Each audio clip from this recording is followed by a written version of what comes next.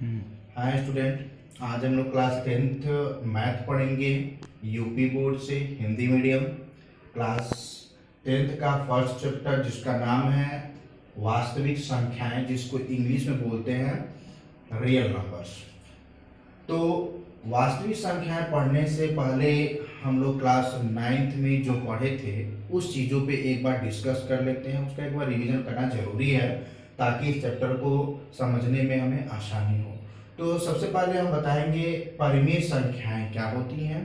तो आप लोग पढ़े थे क्लास 9th में, ऐसी संख्या जो p/q के रूप में लिखी जा सकती हैं और q is not equal to 0, वे संख्याएं क्या कहलाती हैं? वे परिमेय संख्याएं कहलाती हैं। जैसे एग्जाम्पल्स 3/4, 5/9। अगर हम यहाँ पर 3 लिखें, 3 भी परिमेय संख्या होगी क्योंकि हम 3 को लिख सकते हैं 3/1, 4 को भी लिख सकते हैं 4/1, क्योंकि यहाँ पर अगर कोई नंबर नहीं दिया होता है तो हम हर को 1 लिख सकते हैं। अब इसमें देखिए, ये अंश है, ये हर है, ये अंश है, ये हर है, तो परिमेय संख्या है। अर्थात हम ये समझे कि ऐसी संख्या जिसे हम भिन्न के रूप में लिख सकें, जैसे 3/4, ये सभी संख्याएं परिमेय संख्याएं होती हैं। दूसरा है अपरिमेय संख्याएं, ऐसी संख्याएं जो p/q के रूप में न लिखी जा सके, वे संख्याएं अपरिमेय संख्याएं कहलाती हैं। जो परिमेय संख्या की ठीक विपरीत होती है, अर्थात हम इसको p/q के फॉर्म में लिख सकते हैं लेकिन अपरिमेय संख्या को p/q के रूप में नहीं लिख सकते हैं। इसका एग्जाम्पल जैसे √2 हो गया, √3 हो गया, √7, √5 etc। यानी नंबर, अगर कोई भी नंबर रूट में होता है तो वो अपरिमेय संख्या कहलाता है। जैसे अंडर रूट का भी मान होता है, जैसे कि √2 इज इक्वल टू 1.4142 होता है, डॉट डॉट, ठीक है। अब उसके बाद से आता है वास्तविक संख्या, जिसके बारे में हम लोग अध्ययन करने वाले हैं इस चैप्टर में।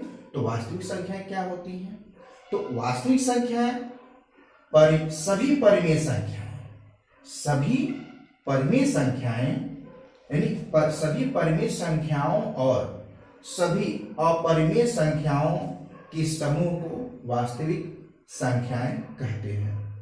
यानी जो परिमेय संख्या है उनके समूह और जो अपरिमेय संख्या है उनके समूह, दोनों के समूह को हम वास्तविक संख्याएं कहते हैं। अब देखिए, आता है यूक्लिड विभाजन प्रमेय का क्या होता है। सबसे पहले हम एक छोटा सा एग्जांपल आप लोगों को बताएंगे कि अगर हम 3 कोई नंबर है, इससे हम 7 में डिवाइड कर रहे हैं, भाग दे रहे हैं, तो भाग देने से कैसे होता है कि 3 2 जा 6 होता है। 7 में से अगर हम 6 माइनस करते हैं तो 1 बचता है, जिसको शेषफल बोलते हैं। और जिसको हम भाग देते हैं, जिस संख्या से हम भाग देते हैं उसको हम भाजक कहते हैं, और जिस संख्या में भाग देते हैं उस संख्या को हम भाज्य कहते हैं। और भाग देने पर जो यहाँ प्राप्त होता है उसको हम भागफल कहते हैं। अर्थात ये जो 7 भाज्य है वो भाज्य बराबर किसके हो रहा है? तो 3 × 2 भाज्य गुणे भागफल और धन शेषफल के बराबर हो रहा है। अर्थात हम पहुंचते हैं कि जो इसका मेन मोटो है उस पर, अगर मान लीजिए सपोज कर रहे हैं कि कोई b भाज्य, जिससे हम कोई भाजक है b, भाग दे रहे हैं a में, और भाग देने पर भागफल q आ रहा है तथा शेषफल r आ रहा है, तो इसको हम लिख सकते हैं कि a is equal to bq plus r, जहां 0 और b के बीच में r है। r मीन्स रिमाइंडर, जो शेषफल हमें प्राप्त है। अर्थात अगर हम यूक्लिड विभाजन प्रमेय का अगर हम डिफिनीशन देखें तो हमें प्राप्त होता है कि 2 धनात्मक पूर्णांकों a तथा b दिए रहने पर ऐसी अद्वितीय पूर्ण संख्याएं q तथा r विद्यमान है कि A is equal to B Q plus R, ठीक है, जिसमें R 0 और B के बीच में है।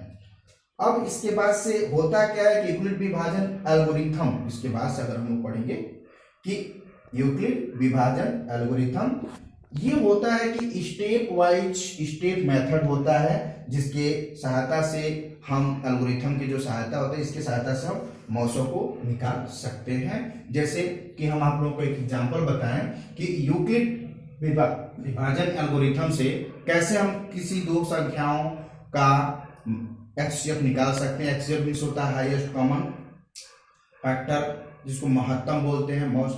तो उसको हम कैसे निकालेंगे, जिसे मान लीजिए हम एक उदाहरण लेते हैं कि 15 और 35 का एचसीएफ यूक्लिड विभाजन एल्गोरिथम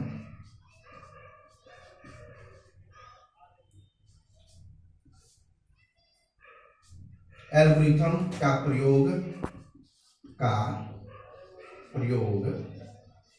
करके ज्ञात कीजिए। ये हमारा एग्जाम्पल है। और हम अब 15 और 35 यानी 15 और 35 का यूक्लिड विभाजन एल्गोरिथम से स्टेप वाइज इसका हम एचसीएफ निकालेंगे। सबसे पहले हम जब सॉल्व करेंगे तो सॉल्व करते समय हमें ये ध्यान देना है कि 15 और 35 में कौन सा नंबर ग्रेटर देन है। तो हमें फाइंड होगा कि 35 इज ग्रेटर देन 15, यानी 35 जो है वो 15 से 35 अधिक है। तो जो संख्या कम होती है उससे हम भाग देते हैं अधिक वाले में। तो अगर हम भाग देंगे तो ये 15 है और ये 35 है। तो सिंपल जो साधारण भाग हम लोग करते हैं उसी के हिसाब से अगर हम करेंगे तो 15 यानी 15 का टेबल कितने टाइम्स रीड करें कि 35 से कम है, अधिक ना हो। तो हमें मिलता क्या है, 15 2 जा 30। तो हम सब्ट्रैक्ट करते हैं अगर, तो 5 में से 0 सब्ट्रैक्ट करेंगे तो 5 होगा और इससे कट हो जाएगा। अब यहां पर जो रिमाइंडर बचेगा इससे हम फिर से यहां पर जो भाजक था इसमें हम भाग देते हैं। तो 5 3 जा, ये जाता है 5 3 जा 15, जो कि पूरा कट हो जाता है।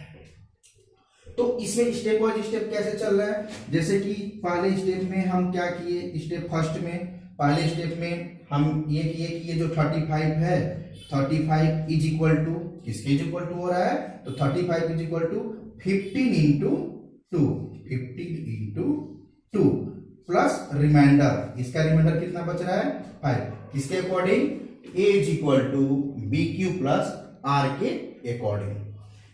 तो हमें 0 नहीं फाइंड हो रहा है, तो हम फिर दूसरे स्टेप में क्या किए कि स्टेप सेकेंड में यहां पर 5 से डिवाइड किए, किसमें 15।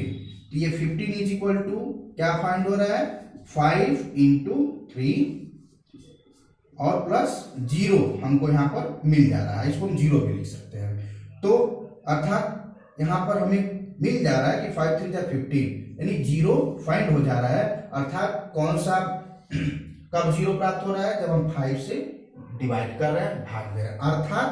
अर्थात हम लिख सकते हैं अर्थात कि 15 तथा 35 का HCF 5, HCF बराबर 5 है।